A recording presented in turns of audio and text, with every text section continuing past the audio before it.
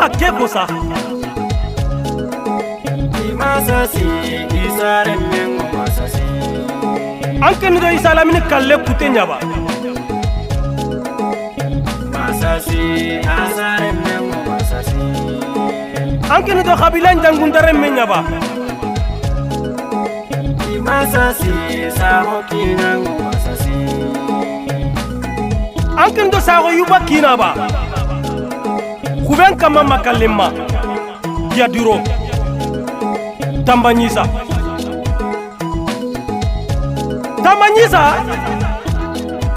antan teranguni kimba kando kinkena sahili kat bambo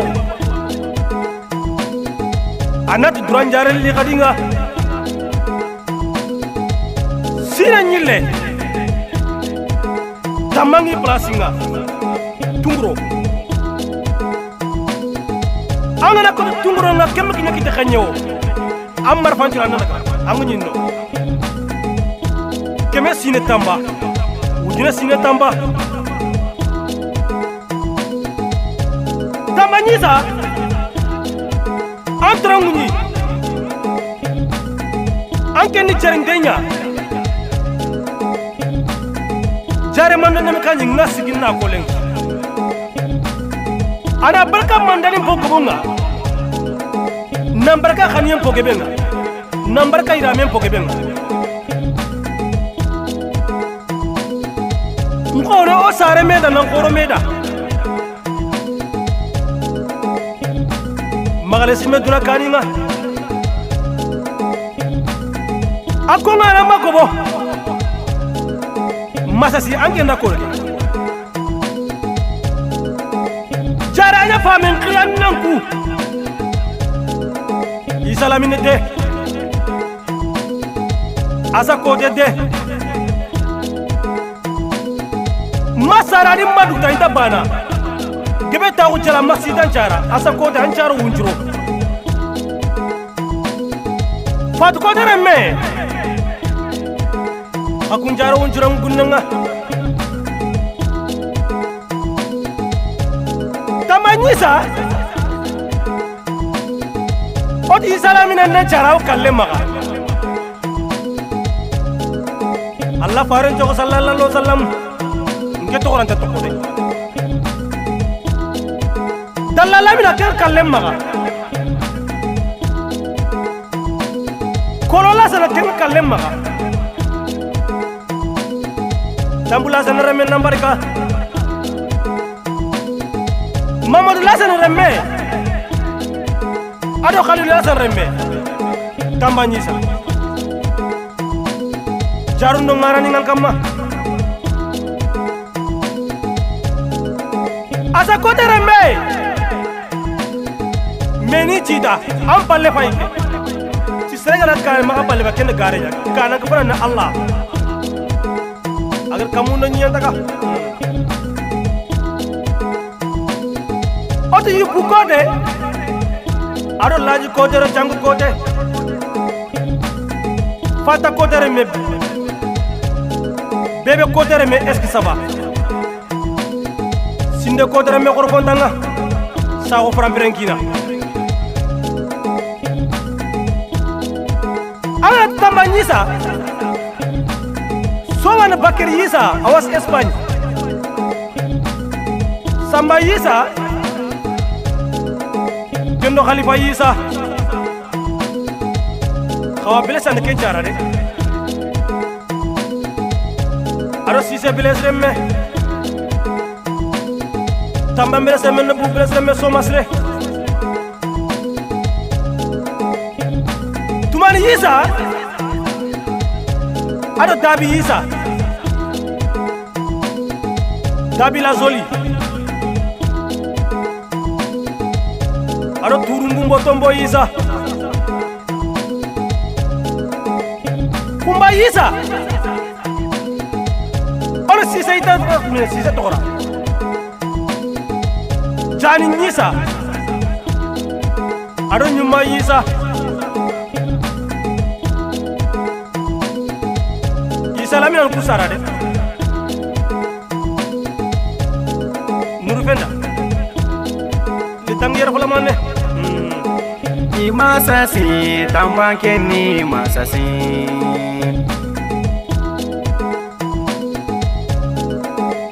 Masasi dalareme masasi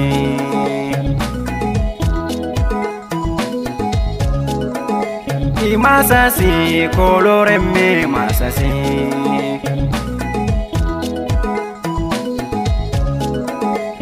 Masasi tambureme masasi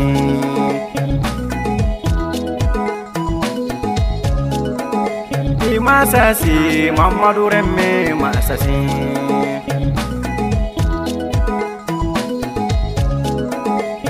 Masasi Khalilou reme masasi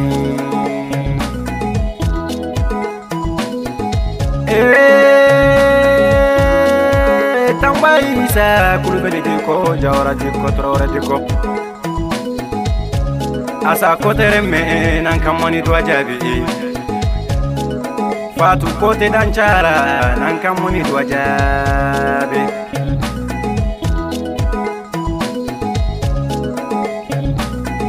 Yuba kote reme Laji kote reme Rombukun tabana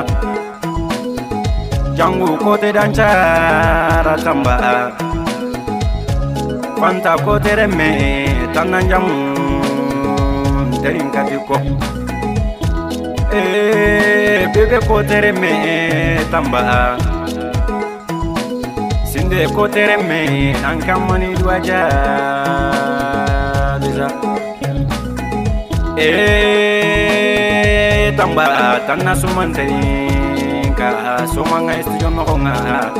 janen timbate police timbate fofo min arrêté de aha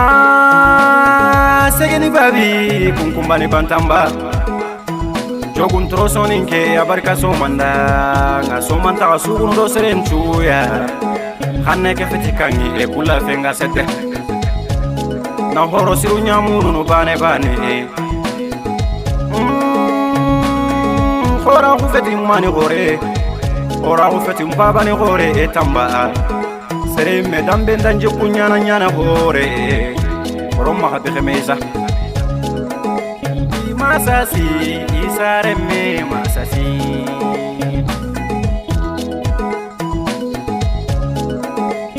Masasi asare me masasi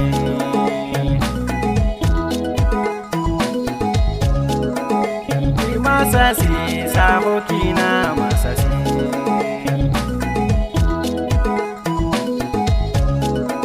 Amma garako Kedi yugu sirin nyamenya Akedi yugu sirin nyada tambanyisa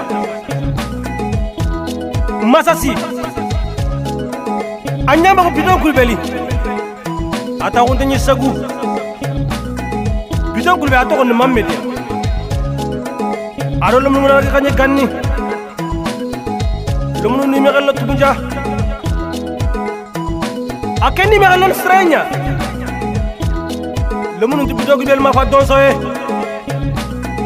tambanyisa korfontanga tambanyisa otanga kinyana bonko kolo otanga kinyana kange kolo Otang nagi nyana kille kolo Otang nagi nyana mamur kolo Samba kolo ol kento kumine Kharna kolo parin komo Masre kolo korfontanga Silaman kolo wagi Tako kolo kendo jara kolo Otu kumbo kolo lasare Dalla Ado faldu dalla Ado lamina dalla Tondo kapakira Hamaji dalla Kulubel Jarke duro khana ni Lasana dambu ya Jarke khana lasana dambu kulubel ya Ado jimme dambu aɗo maliki dambu aɗo biramu dambu kulubel ni bakir khalilu aɗo bammi khalilu aɗo sadio khalilu aɗo asa khalilu woto kunda kulubel nde Tamba Nyisa an kenda mbeni nafilanya nawtu lenki ma ko menanta nyimene jarun jikke gorfon danga man ndem kanji jikke gorfon danga nuru fenda jikke gorfon danga sina nyille de Tamba Nyisa ngante ma ko ni serantu ndari papa ko ni serantu sebe ya ganti ma nya kan papa an kin ya ngam maram papa nya ngam jarunga amu mungu fa banganga isalami reme dangorba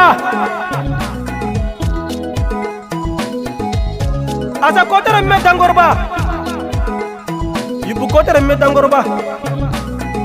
Tamba Nyisa manda ndemba sefen khalife de nga jarle me kebe demba kanjire me nyande bara fay dum mi fay angara kebe keberi o ka bamba banjamunga Tamba Nyisa su masasi Tamba kemi masasi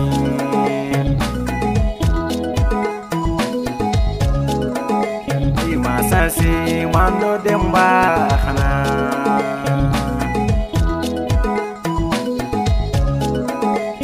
masasi nuru fenda khana